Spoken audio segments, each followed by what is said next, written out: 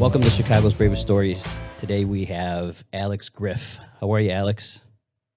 Good, Vince. How are you? I'm good. I know you worked yesterday. You were saying about how you guys, I think everybody's really busy these days, especially, working the holiday weekend. How's everything else going?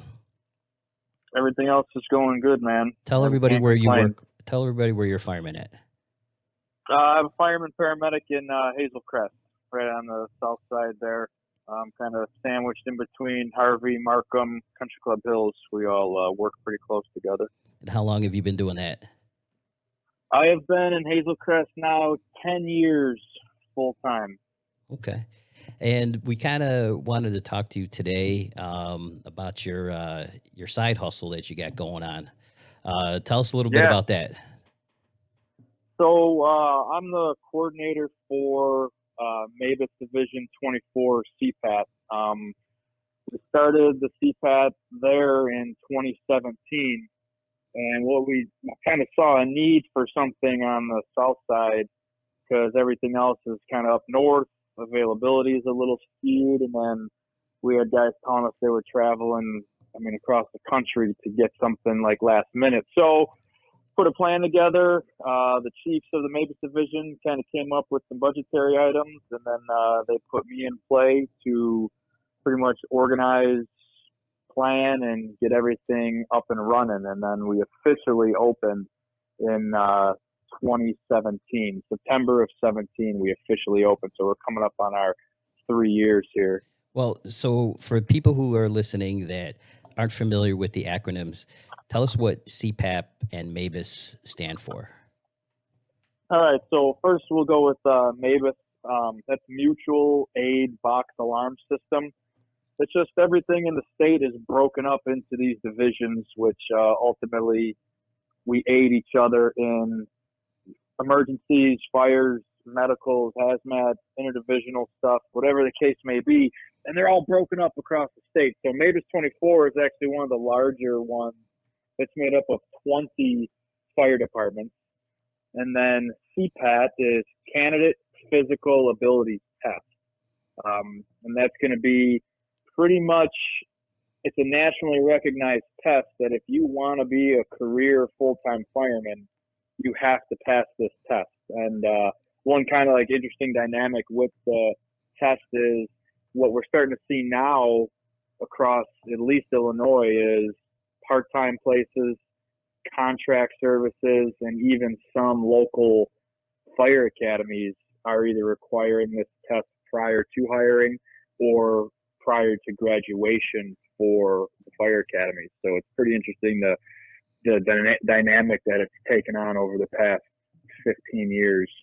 Yeah, I think the CPAT test is now the standard for anybody getting on this job. Most applicants, you have to show up with that card in your hand to even continue the process.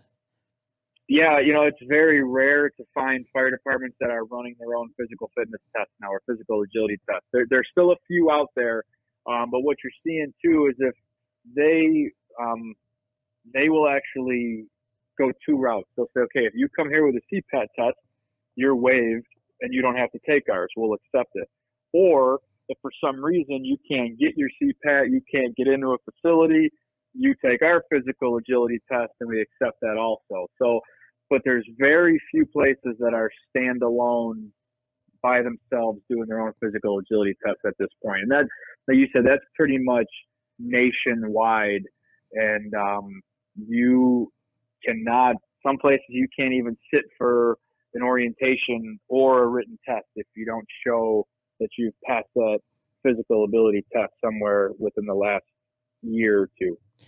Well, I know you guys were shut down for a while due to the corona, and you guys just recently got the okay to, under certain parameters, start testing again. And I know that Chicago has started a big push. I guess they're going to be starting a new class and kind of gave you guys the nod to start putting a bunch of guys through, but you had to adhere to certain parameters, right? And kind of tell people basically some of the hoops you had to jump through to get your business going again.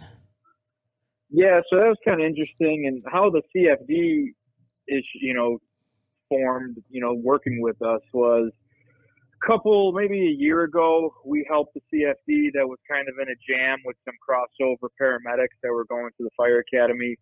So we were able to sneak in about 80 of their medics to get them ready for the fire academy. And then everything happened with Corona. Right in the middle of March, we shut down, and we had all of March, all of April, and most of May canceled. And the problem that came up was every one of those days had anywhere from 35 to 50 people scheduled for testing.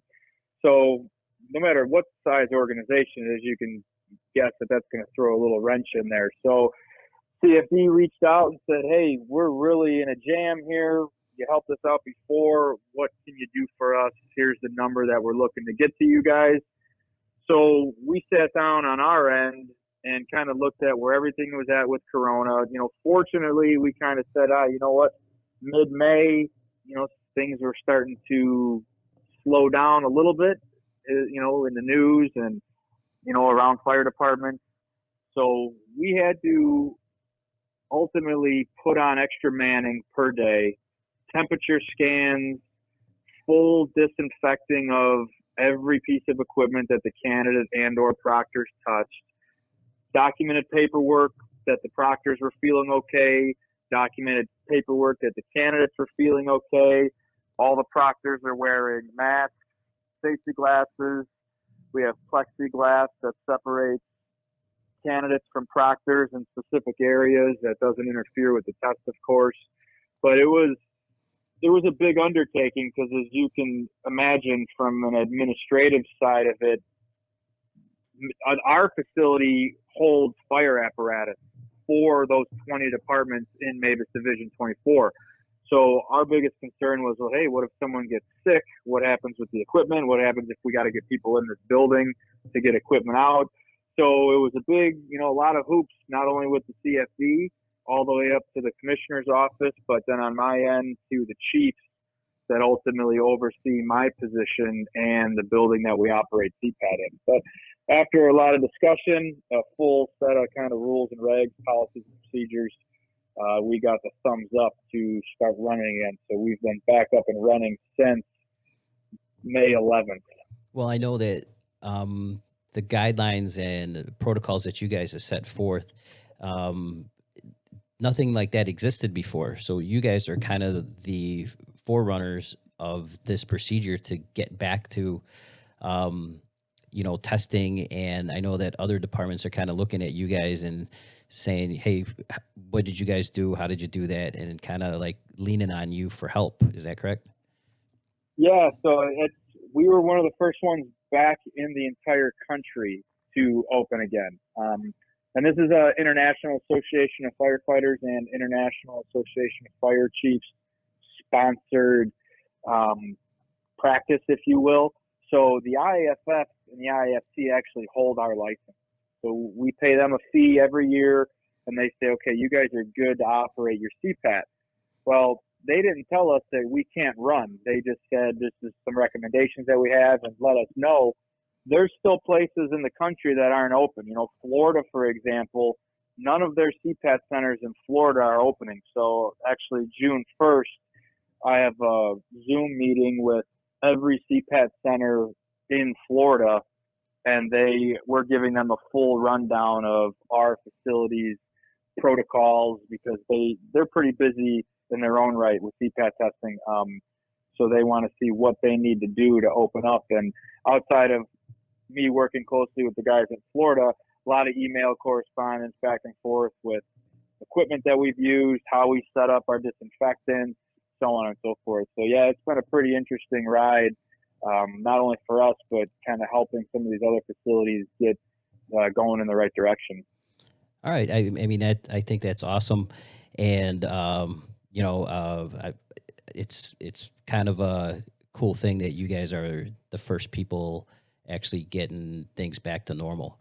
I wanted to kind of go with you because you and I kind of have the same like ideas on preparation for CPAT. I know you're a certified, is a level 1 instructor for CrossFit. Is that right, Alex?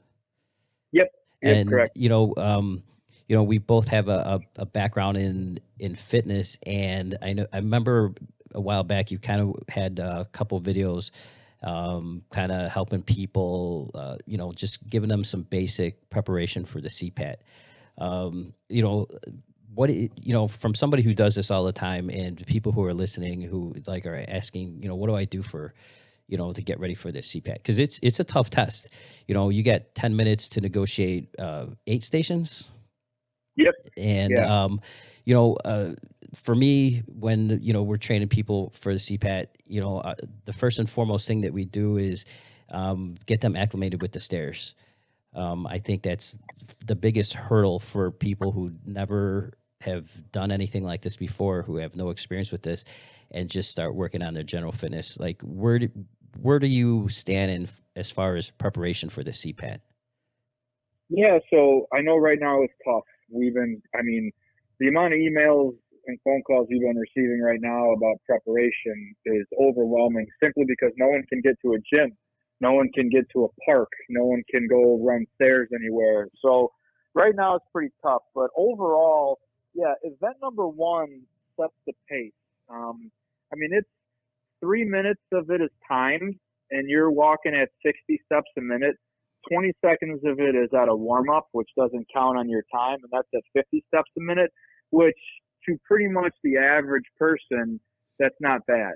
But the outlier in that is you put on 75 pounds of additional weight for event number one. So you have a 50-pound weight vest, two 12.5-pound shoulder weights, which makes up your 75 pounds. And if you're not training in that type of element or with some type of added weight, it's going to crush you. Unless you're some type of just absolute freak, if you're not doing some type of prep, you're probably not going to come off the Stairmaster. And if you do come off the Stairmaster, you have 7 challenging events to go. So, and again, I've seen guys and gals that have come in there who have top physical shape that haven't prepped for that portion with 75 pounds of weight on, and they may last 90 seconds to 2 minutes on the Stairmaster. So the first thing that I could suggest, It's definitely a tough test. That the vest is a game changer. The yeah, average person could absolutely, get on that, and at 60 steps a minute, you can go 20 minutes on there with no vest. But you no throw the problem. vest and the shoulder weights on there, and now you're hurting for 3 minutes and 20 seconds. Yeah, and the other thing is you can't grab the handrails. Right. So you're all you're doing is you're just walking on that. So the first thing that anyone has to do is, if you have your local gym or a park that's got a hill, you have to start changing elevation when you're training. You got to get on stairs. You got to do some hill sprints. You got to go run bleachers, anything. Get that part out of the way first. And then, weight vests are expensive. So I mean, my recommendation is to get a weight vest if you can. But if you look at regular landscaping bricks, they're 6 pounds each. So you can fit comfortably 6 pounds or 6 bricks in a traditional backpack. That's close to 40 pounds. Now, of course, it's not 75 pounds, but you're at least getting a dynamic of, I have something on my back, I have something that's uncomfortable, I have something that's kind of affecting my breathing, my posture. So that'll at least give you kind of like a mental and physical mindset of what you're going to do going into event one. That is always the number one area that I focus on with most people, because I don't want to talk to you about event 7 if you can't get through event number 1. Right. Right. Well, So if you're yeah, go ahead. if you're good with event number 1 and you're sailing through and you're getting to event 6, 7, and 8 and you're running out of time, there's so much more that we can do to get you there in a pretty short period of time. But we got a phone call the other day from someone who said they haven't worked out in 12 months. They really haven't done anything. How much prep time do they need to make sure they pass the CPAT test? And I told them 3 to 5 months of very consistent training. Yeah, Pretty much. I get that question a lot. our training facility. How long do I need? What is this going to take? And it's such a relative question because you got to take into consideration your level of fitness when you start, how much time you can put into this, and everything comes into play: nutrition, how well you're sleeping, other things, all the extracurriculars that you're working on. So, I tell them, I'm like, I can't give you a time. I mean, let's plan for the worst. And if, somebody who, you're 3 to 5 months, if somebody is, of almost zero fitness, that 3 to 5 months, even if they're completely dedicated and, working their ass off, they're, that's a conservative estimate, because Yeah. once you get, in the event that you're able to get off the stairs, let's keep in mind that when you come off the stairs, that's your first test. Your legs are going to be jello. You're going to be hurting. You're not going to be able to breathe. And now you have to complete the rest of the test. So you're basically starting your test at 7 minutes. So, Yep. and you have the rest of the test. And for anybody who's listening that's considering challenging the CPAT test outside of the stairs, and this is just from experience. And when we first started our gym to prep people for CPAT, we didn't even consider this at first, because it was stairs, and then our focus was general fitness. If you can get your general fitness to a higher level, you can do pretty well. And there's stuff on the CPAT that we don't train people. I don't have to train you how to crawl through a maze. I don't have to train you how to carry the saw, but I'll have you carry dumbbells. And everything that we do is, if you're going to carry a 25-pound saw, then you're going to carry a 50-pound kettlebell at our gym. But the hammer, if there was one thing outside of the stairs for the average person who's thinking about going into the fire service, most of these people have never lifted a hammer, let alone swung a hammer. And they get to that part. And I don't know if you guys see this by you, but you have somebody who does well on the test. They get to the hammer and they're swinging 20 times.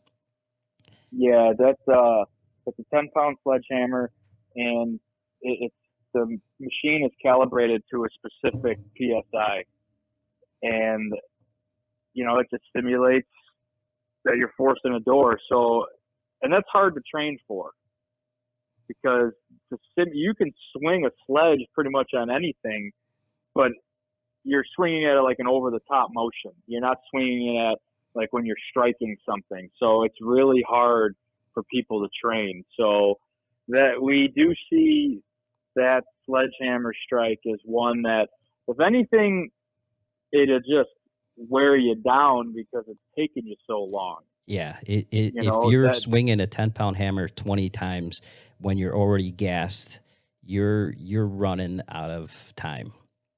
Yeah, we've seen on the low end 6 times.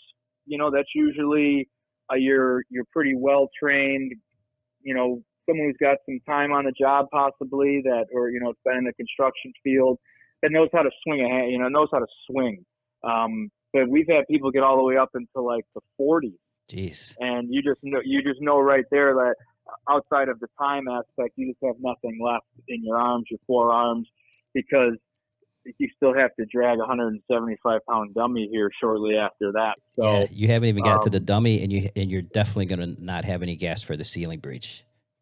Yeah, and that's the thing. So when you're getting people ready, that first event, you have to set the tone for them, and you have to make sure that I tell anybody, the best advice that I can give anybody about the CPAT is you need to come off the Stairmaster feeling good. Yes. And it takes a lot of time to come off feeling good. I mean, you can't, we kind of we'll use the term sometimes, like we'll see like a baby deer walking on ice.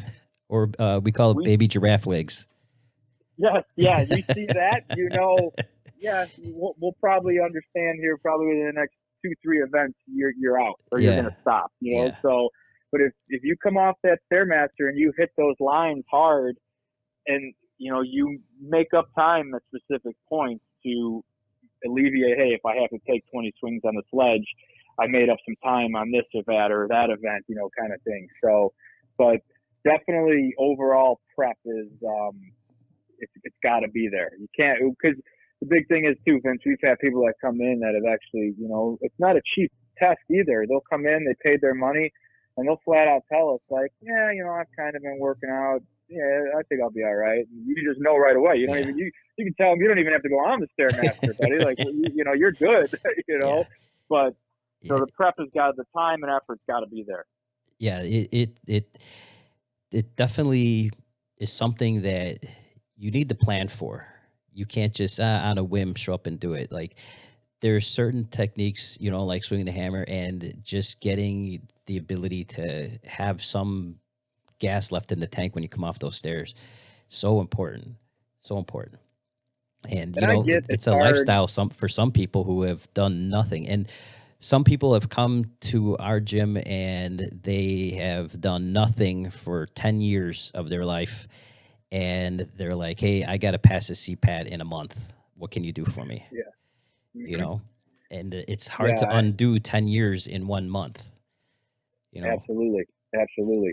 And I feel for some of these places, and the CFD is one of them. Sometimes the CFD can just drop it on you like nothing. Be like, hey, by the way, we need you down at the Quinn here for processing in 3 weeks, but you need your CPAT.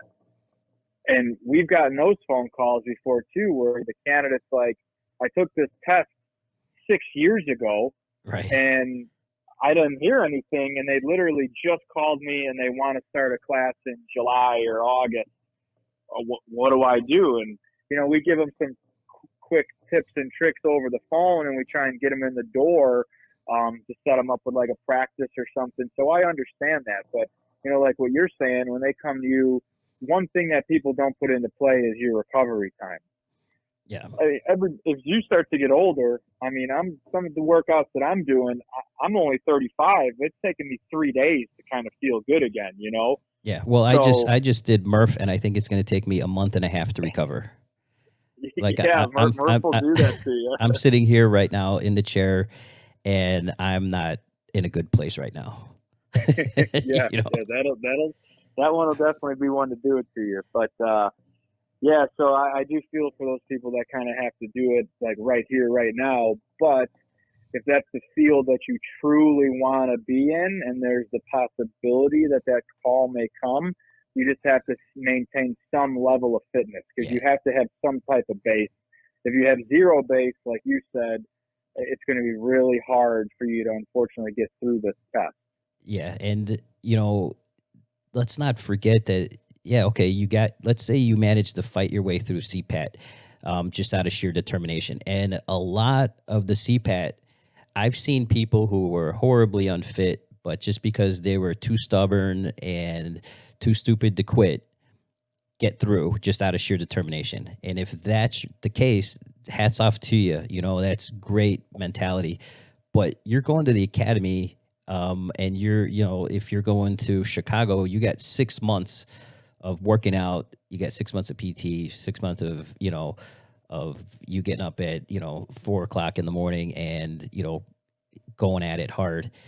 You're gonna pay the price at once you get to the academy. So if you can stay ahead of your fitness and show up to your academy with some sense of it, you're gonna be in a much better place. You're gonna be way ahead of the game as far as I'm concerned. And when it comes to the CPAT, when I got people who are having trouble with it and they just want to talk to me on the phone about it, I said, yeah, it's real simple. Don't stop. Don't stop. Yep. Don't quit. Keep going. And of course, it's easier said than done. But when it comes to the time where you're going to put the hammer down or you're going to stop to catch your breath, that time adds up over the course of those 8 evolutions. And Yeah. how many times do you see people who fail like, with 2 seconds, fail with, 3 seconds left? You wish you had that time back where you didn't stop. Yeah, and that we see it all like literally ceiling breach and pull. One pull left, time goes. And it's such a hard stop and it's such a hard standard. There's there's nothing we can do.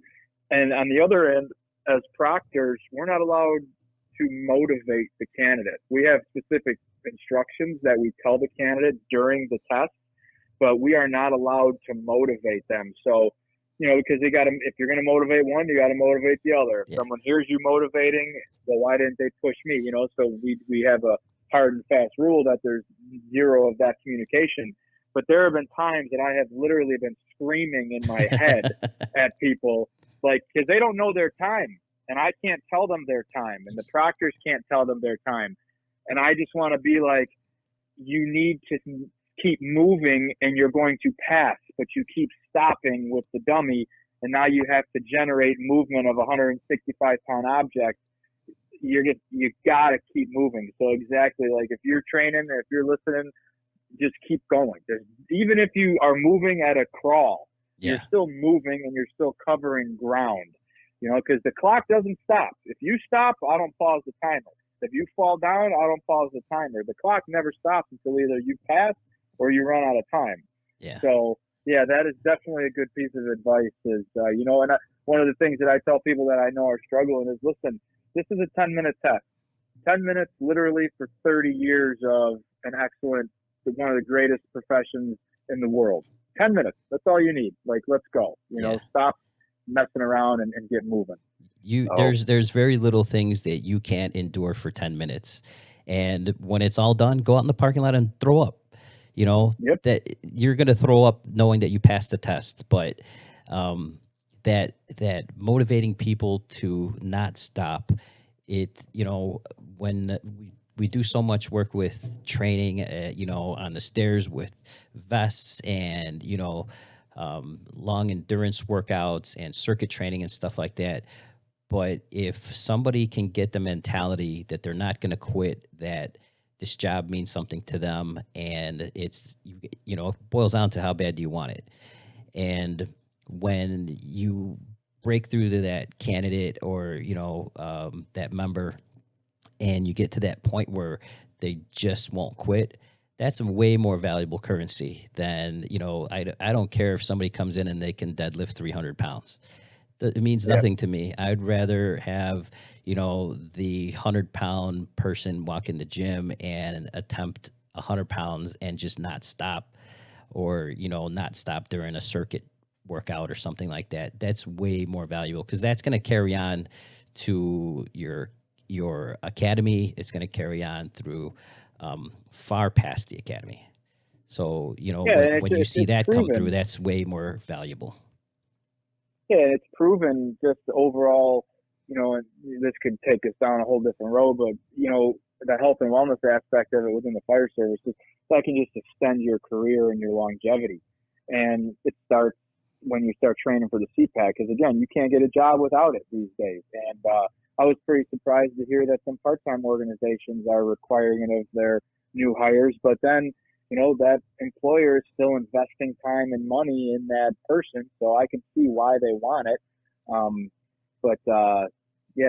It's definitely, and as far as like the fire ground goes, with the weight that you're carrying, the movements that you're using, it's pretty realistic to what 10 to 15 minutes on a bottle could be like at a fire. It really is, to where you're opening a roof, going in and overhauling, doing a search, overhauling. It's just, there's so many things that it actually really relates to on the fire ground that it's a valid test. Yeah. Is there? I thought I was seeing. I think Texas or somebody is. They want to get. You have some other group that's trying to validate their own tests. Have you heard anything about that? Yeah, there was. I don't know the exact. Like, there's like an acronym that they have going, but I know there was one out of California that has recently been kind of competing with the CPAT, but there's a lot of avenues for them to go through to make it to what the CPAT test is like. So, but as far as like the details are, I'm not 100% familiar with it. Okay. Well, I just wanted to wrap up here with talking about you a little bit. Tell us about your first fire, Alex. Oh, well, I was, it's, one of those ones that you never really forget. I was actually working as a part-time firefighter with the Dixmoor Fire Department. And they're no longer an entity, but this was 2004, 2005, raised ranch, heavy fire in the rear, kind of had like a Florida room off the back. And how long have you been a fireman at this point? 16 years.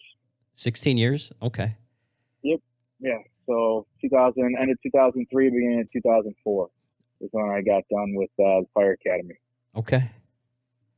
So yeah, it was just a typical raised ranch right through the front door to the rear of the house, and inch and 3/4, pretty quick job, but it was one that you never forget that first time you crawl through a house like that. So. And you were on the pipe that day? I was. Oh, I was. so lucky. So, Sometimes it's better to be no, lucky, huh, Alex? Yeah, no better place to be. All right, buddy. Well, thank you so much. We just wanted to touch base with you real quick under these these times and kind of see what you're up to, and we'll have you in here and let's get we'll have a full podcast on you. But in the meantime, how can somebody who wants to get a hold of you, who wants to schedule a test, how do they go about that? So two pretty quick ways. You can either contact us via phone, which our easiest line is 708-607-2728. And if you actually look at a phone, that 2728 spells out CPAT. It's kind of cool that we were able to do that. And then the other way, the quickest way that I'll usually be able to get back to you, just because either I'm at the firehouse or doing something with CPAT, is info@mabas24cpat.org. And I'll usually always respond within, a couple hours if you email us. And then you can we got Facebook is MABAS24CPAT. Instagram is @MABAS24CPAT. We answer all those messages pretty quickly as well. Okay. Well, awesome. Alex, keep up the great job. Thank you for everything you're doing. Stay safe, and let's go grab that beer soon. All right, Vince. Thanks for having me on. Look forward to getting a little bit more in depth with you. And definitely look forward to having a couple cocktails with you. All right, Alex. Take care. All right, buddy. We'll talk to you. Okay. Bye-bye.